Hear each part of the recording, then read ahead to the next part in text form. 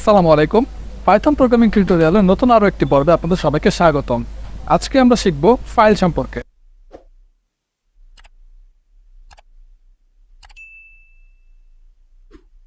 File শেখার ক্ষেত্রে এখানে আমাদের ফাইলের ক্ষেত্রে 4টা অপারেশন হয়ে থাকে। তো 4টা অপারেশন কী কী সেটা হচ্ছে রিড, রাইট, অ্যাপেন্ড অ্যান্ড একটা ফাইল ক্রিয়েট করা। এই 4টা অপারেশন ফাইলের ক্ষেত্রে হয়ে থাকে। তো এখন যদি আমরা ফাইল নিয়ে কাজ করতে যাই, এখন একটা জিনিস আমাদের খেয়াল করতে হবে যে এখানে কিন্তু আমরা একটা ফাইল রিড করব, তাই না? তো ফাইল একটা ক্রিয়েট করা থাকতে হবে অবশ্যই আগে। তো আমি যদি এখানে একটা ফাইল ক্রিয়েট করি না, আমি ডেস্কটপে চলে যাচ্ছি, এখান থেকে আমি একটা new then text document create করলাম। তো এটার নাম দিলাম হচ্ছে ফাইল.txt। এটা এক্সটেনশনটাও মনে রাখতে হবে, একটা টেক্সট ফাইল ক্রিয়েট করেছি যেটার নাম হচ্ছে ফাইল.txt। তো এটার ভিতর আমি হচ্ছে কিছু কথা লিখে রাখলাম, সেটা হচ্ছে যে subscribe to our college or whatever, এখানে লিখে জাস্ট এটা সেভ করে দিলাম। তো এটা সেভ হয়ে গেছে। এখন যে এটা সেভ হয়ে গেছে, এখন আমরা যদি অনলাইনে কাজ করি, অনলাইন কম্পাইলারে কাজ করি, সেক্ষেত্রে একটা কাজ করতে হবে, এইখান থেকে আপলোড করে রাখতে হবে ফাইলটা। যে দেখতে পাচ্ছেন আমি এখানে ফাইলটা আপলোড করে রাখছি। তো ফাইলে যে লেখাগুলো ছিল সেটা এখানে চলে আসছে। এখন আমি চলে যাচ্ছি main.py-তে। আর এই ক্ষেত্রে আপনারা যখন পাইচার্মে কোডটা করবেন, পাইচার্মে কোড করার সময় সেখানেও ফাইলটা ইম্পোর্ট করে রাখতে পারেন, অথবা আপনার যেই ফোল্ডারে আপনার এই ফাইলটা পাইথন ফাইলটা কোডিং করতেছেন আপনি, সেই ফোল্ডারের ভিতরেই আপনার এই টেক্সট ফাইলটা রেখে দিবেন। তাহলে আপনার কাজ করতে সুবিধা হবে অথবা ফাইলটা পেতে সুবিধা হবে। এখন এই ক্ষেত্রে যেটা আমি অনলাইনে কোড করছি, তো অনলাইনের ক্ষেত্রে আমি এখানে সিম্পলি এখান থেকে ফাইলটা ইম্পোর্ট করে রাখছি। এখন এখানে হচ্ছে মেন কাজের পালা। এখন আমি একটা ফাইল রিড করব। তো ফাইল রিড করার জন্য আমার একটা অবশ্যই ভ্যারিয়েবল কল করতে হয়। যেমন ভ্যারিয়েবল বলতে এখানে কী বোঝাচ্ছি, একটা ফাইল হ্যান্ডলার। অর্থাৎ ধরেন একটা ভ্যারিয়েবলের আমরা ক্ষেত্রে কী করতাম, যে ভ্যারিয়েবলের একটা নাম দিয়ে দিতাম, দেন ওই নাম নিয়ে আমি পুরো কোডের মধ্যে যখনই কল করতাম তখনই ভ্যারিয়েবলটা পারফর্ম করতো। তো এই ক্ষেত্রে ফাইল হ্যান্ডলারের কাজটা কি, সে যখন আমি ফাইলটা তো বারবার ওই পুরো লোকেশন ধরে টানতে পারবো না, তাই না? তো একটা ভ্যারিয়েবল কল করে তাকে আনতে হবে। সেই ক্ষেত্রে আমি একটা ফাইলের নাম দিয়ে দিচ্ছি, সেটা হচ্ছে এফ হচ্ছে আমার এখানে ফাইল হ্যান্ডলার। এইটা দিয়ে আমি পুরো ফাইলের কাজগুলো সম্পন্ন করব। তো এখন ফাইল যেহেতু আমরা রিড করব, তো ফাইলটাকে আমাদের ওপেন করতে হবে, তাই না? তো ওপেনের জন্য ওপেন, দেন এখানে আমার সেই ফাইলের নামটা দিতে হবে। ফাইলের নাম কি ছিল সেটা হচ্ছে, আমরা দেখে নিই আরেকবার, সেটা হচ্ছে ফাইল.txt। এখন এটার ভিতরে একটা কোটেশন দিতে হবে, কোটেশনের মধ্যে ওই ফাইলের নামটা বলে দিতে হবে, ফাইল.txt। এখন আমরা এখানে কোন অপারেশনটা করতে যাচ্ছি, রিড করতে যাচ্ছি, রাইট করতে যাচ্ছি, অ্যাপেন্ড করতে যাচ্ছি, অথবা আমরা এটাকে ক্রিয়েট করতে যাচ্ছি। যেহেতু আমাদের এটা ক্রিয়েট করা আছে, আমরা এটাকে রিড করবো সিম্পলি।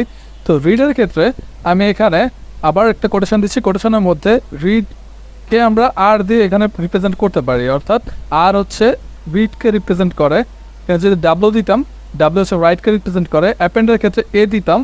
আর আমরা যদি এখানে ফাইল ক্রিয়েট করি, সেক্ষেত্রে আমরা এখানে এক্স দিতাম।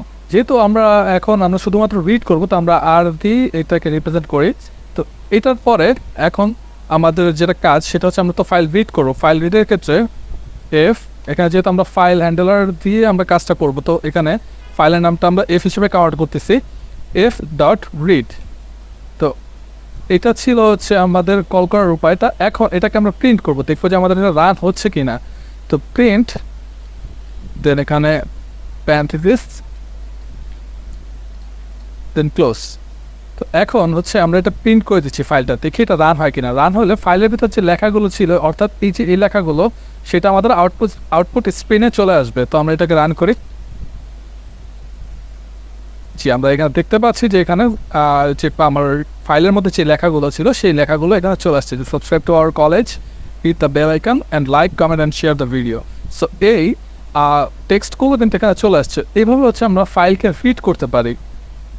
এখন এখানে আরেকটু কাজ আমরা দেখি, সেটা হচ্ছে আমরা যদি চাই যে এই ফাইলের প্রথম 10টা অক্ষর অথবা 10টা বা 20টা অক্ষর যদি আমরা এখান থেকে প্রিন্ট করতে চাই, সেক্ষেত্রে আমরা কী করবো? সেক্ষেত্রে সিম্পলি এই রিডের মধ্যে আমাদের এখানে বলে দিতে হবে 10। ধরুন আমরা 10টা প্রিন্ট করবো, তো 10 এখানে বলে দিচ্ছি। যে দেখতে পাচ্ছেন যে সাবস্ক্রাইব, শুধুমাত্র এই লেখাটাই প্রিন্ট হয়েছে। সেখানে যদি আমি ধরেন 30টা বলে দিই, 30টা হলো প্রথম 30টা ওয়ার্ডই প্রিন্ট হবে এখানে, যে subscribe to our college and hi, just এতটুকুই লেখাটা আসছে। এটা হচ্ছে একটা উপায়। এখন আমরা চাচ্ছি যে আমাদের যে ফাইলের যে প্রথম লাইন যেটা ছিল আমরা সেটাকে প্রিন্ট করব। সেটা কীভাবে করবো? সেটা হচ্ছে সিম্পলি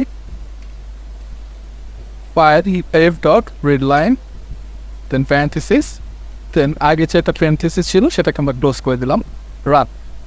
জি, প্রথম লাইনটুক দেখতে পাচ্ছেন যে সাবস্ক্রাইব টু আওয়ার কলেজ, সেটা কি ঠিক আছে কিনা দেখি। যে subscribe to our college then একটা ফুল স্টপ, তো এখানে ফুল স্টপটা সহই প্রিন্ট হয়েছে, দেখেন ফুল স্টপটা সহই প্রিন্ট হয়েছে। এখন যদি আমরা এখানে নেক্সট লাইনটা প্রিন্ট করতে চাই সেক্ষেত্রে আমাদের এটাকে আবার আমরা এখানে প্রিন্ট করে দিই, যে রান। জি দেখেন সেকেন্ড লাইনটা হচ্ছে এখানে প্রিন্ট করে দিচ্ছে, এটা হচ্ছে পাইথন থেকে বাই ডিফল্ট একটা লাইন ব্রেক দিয়ে দিচ্ছে। এখন যদি আমরা থার্ড লাইনটাও প্রিন্ট করতে চাই সিম্পল রান, দেখেন এখানে যে 3টা লাইন ছিল তো 3টা লাইনে হচ্ছে আমার এখানে প্রিন্ট হয়ে গেছে। এখন এভাবে তো আমাদের যদি একটা ফাইলে যদি 1000 লাইন থাকে তো এভাবে তো 1000টা লাইন আমাদের লেখা সম্ভব না। তো সেক্ষেত্রে আমরা তো আগে ফর লুপের ব্যবহার দেখেছি, তো এখন আমরা ফর লুপকে ব্যবহার করে আমরা দেখবো যে কতগুলো লাইন পর্যন্ত আমরা প্রিন্ট করতেছি, সেটা প্রিন্ট করার সহজ উপায়টা আমরা এখন দেখব। আমরা যদি এখন ফর লুপ ব্যবহার করে আমরা ফাইলের মধ্যে যতগুলো লাইন আছে সবগুলোকে প্রিন্ট করতে চাই এবং প্রত্যেকটা মাঝে এক লাইন করে ব্রেক করতে চাই দেখতে সুন্দর হওয়ার জন্য, তো সেক্ষেত্রে আমরা এখানে কীভাবে ফরটা ইউজ করতে পারি চলুন আমরা লিখে দেখি সেটা। ফর টেক্স ইন রেঞ্জ, এখানে তো রেঞ্জ হবে না, এখানে যেহেতু আমাদের ফাইল হ্যান্ডলার এফ, তো এখানে এফ ইউজ করতে হবে, এফ দেন ব্লোনের পর হচ্ছে আমাদের এখানে প্রিন্ট করে দেবো সিম্পলি এটাকে প্রিন্ট টেক্স। এবার রান করি আমরা। হ্যাঁ, এখন দেখতে পাচ্ছি আমরা যে সাবস্ক্রাইব টু আওয়ার কলেজ, দেন এটার পরে একটা লাইন ব্রেক, তারপর হচ্ছে নেক্সট লাইন, তারপরে হচ্ছে আবার নেক্সট লাইন। এইভাবে হচ্ছে আমরা ফর লুপ ব্যবহার করে আমরা একটা ফাইলের মধ্য থেকে প্রত্যেকটা লাইন প্রিন্ট করতে পারি এবং এই ফাইলটাকে কীভাবে রিড করতে পারি সেই কৌশলটা আমরা এখান থেকে জানলাম। আজকে ভিডিওতে এতটুকু থাকুক, পরবর্তী ভিডিওতে আমরা রাইট অপারেশনটা দেখব। ধন্যবাদ।